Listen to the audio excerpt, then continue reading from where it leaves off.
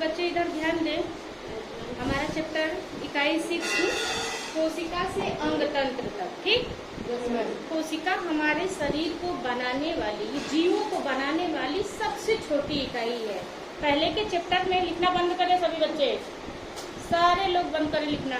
पहले के चैप्टर में क्या हम पढ़े हैं कि जब हमारे परमाणुओं की रचना होती है तो उसको भी बनाने के लिए 3 तरह के कण होते हैं, इलेक्ट्रॉन, प्रोटॉन और न्यूट्रॉन। सेम वही प्रक्रिया हमारे भी शरीर छोटे छोटे कणों से मिल करके हमारे शरीर की क्या हुई है, संरचना हुई है। यानी कि जो शरीर या जीव या जीव जंतु या पौधा, तीनों, ठीक है ना, सिर्फ इंसान की बात नहीं हो रही है, जीव जंतु और मनुष्य सबकी बात हो रही है। इनके बनने में जो शरीर का सबसे छोटा इकाई है वह कोशिका है, ठीक। जैसे मान लीजिए कोई मकान बनाने के लिए सबसे पहले हमें किस चीज की जरूरत पड़ती है, ईंट की। ईंट की जरूरत पड़ती है ना। जब कई सारे ईंट मिलते हैं तो एक दीवार खड़ी हो जाती है, ठीक। और कई दीवारों को मिला करके क्या बन जाता है, एक कमरा बनता है, ठीक। एक कमरा बना, अब कई कमरे मिल गए तो क्या बन गया, एक मकान बन गया। सेम वही हमारे बॉडी का, मनुष्य के, जानवरों के और पेड़ पौधों का यही है। जितने भी जीव हैं, एक की बात नहीं कर रहा है, उनको बनाने की सबसे छोटी इकाई मान लीजिए जैसे ईंट हो गया, उसी तरह कोशिका। अब कई सारी कोशिकाएं जब मिलती हैं आपस में तो वो क्या बन जाते हैं, एक ऊतक। यानी कि कोशिकाओं से मिल करके ऊतक बन गया। जैसे कि ईंटों से मिल करके कोई दीवार बन जाती है ना। अब कई सारे ऊतक मिलेंगे तो किसी अंग को बना देंगे, ठीक। जैसे कि हमारे घरों में किचन होता है, बेडरूम होता है, शौचालय होता है, अलग अलग काम होते हैं ना। उसी तरह अंग बन गए। और उसी तरह जैसे कि कई कोशिकाओं से मिल करके एक ऊतक बना, ऊतक से मिल करके अंग बन गया और अंगों से मिल करके अंग तंत्र, ठीक। कमरा बन गया। इसका काम क्या है, यहाँ खाना बनेगा, वहाँ सोएंगे, वहाँ शौचालय जाएंगे, अलग अलग काम हो गया। ये हो गया अंग तंत्र। क्या हो गया, यानी अंगों के कई सारे मिलने से क्या बन गए, अंग तंत्र। अब जब अंग तंत्र सब आपस में एक दूसरे से मिल गए तो हमारे शरीर का संरचना होता है, ठीक। यानी कि जो शरीर की संरचना है उसकी सबसे छोटी इकाई क्या हो गई, कोशिका हो गई, है ना। अब आप जान लीजिएगा कि जीवों के शरीर की संरचना की सबसे छोटी इकाई क्या होती है, कोशिका। कोशिका हमें नंगी आंखों से नहीं दिखाई देगी, उसके लिए हमें सूक्ष्मदर्शी की आवश्यकता पड़ती है, ठीक है ना। बिना सूक्ष्मदर्शी के हम नहीं देख सकते हैं। और कुछ जीव ऐसे हैं जो एक कोशिक है और कुछ जीव बहुकोशिक है। जैसे कि आप यहाँ चित्र देख सकते हैं, अमीबा, पेरिमीशियम और यूग्लिना, यह एक कोशिक जीव है ना।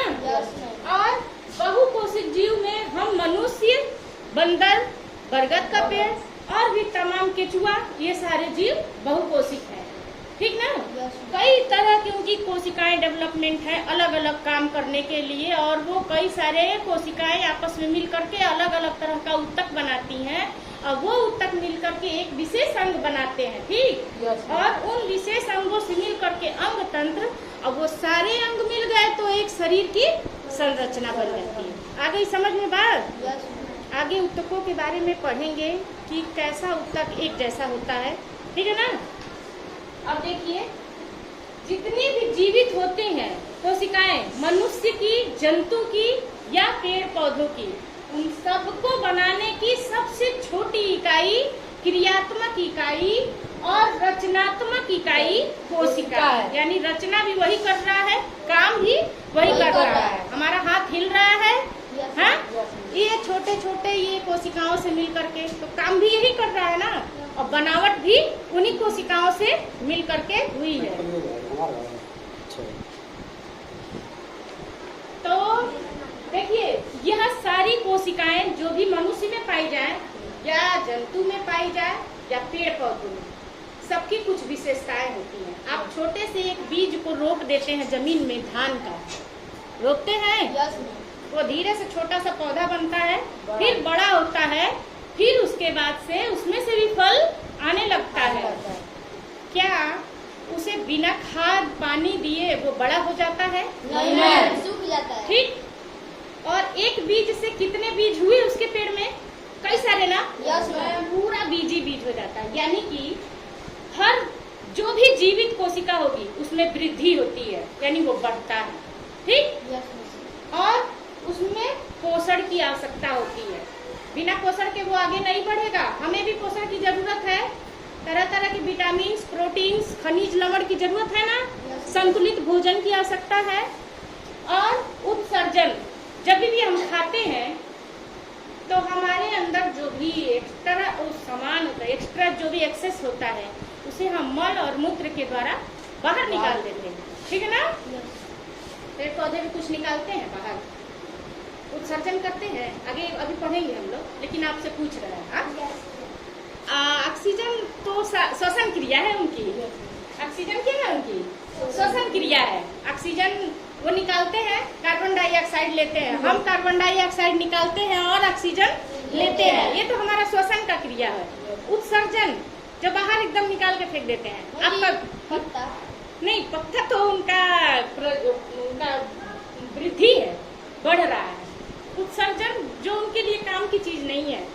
उत्सर्जन वो जैसे हम मल मूत्र त्याग देते हैं ना? आप कभी पेड़ में गोंद निकलते हुए देखे हैं? देखे हैं? किसी पेड़ की टहनी से दूध बहते हुए देखे हैं? हाँ? देखे हैं ना?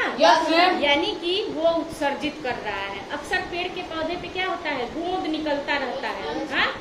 कुछ पौधों से दूध निकलता है, जैसे रबर के प्लांट से दूध निकलता है तो उसे हम रख करके और इकट्ठा करते हैं, उससे कई चीजों का निर्माण करते हैं। तो वो निकालता अपने शरीर से, इसे उत्सर्जन कहते हैं, जो शरीर से बाहर निकालने का काम करता है। अब देखिए प्रजनन। प्रजनन मतलब अपने जैसे जीवों को उत्पन्न करना।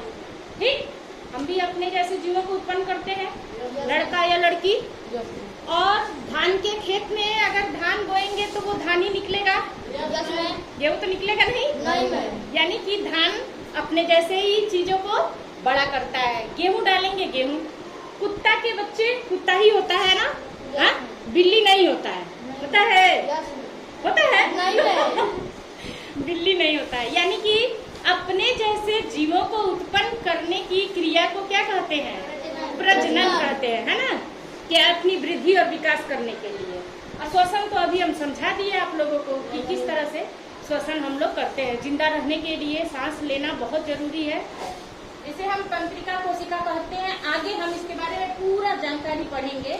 अभी बस इतना जान लें कि सबसे जो छोटी कोशिका होती है वह सबसे छोटी वो है माइक्रोप्लाज्मा नामक एक जीव है, उसकी सबसे छोटी कोशिका होती है। और सबसे बड़ी मतलब लंबाई नहीं, बड़ी कोशिका किसकी है? शुतुरमुर्ग का जो अंडा होता है उसका कोशिका होता है। और लंबी कोशिका मनुष्य में पाई जाती है, जिसे हम तंत्रिका कोशिका कहते हैं।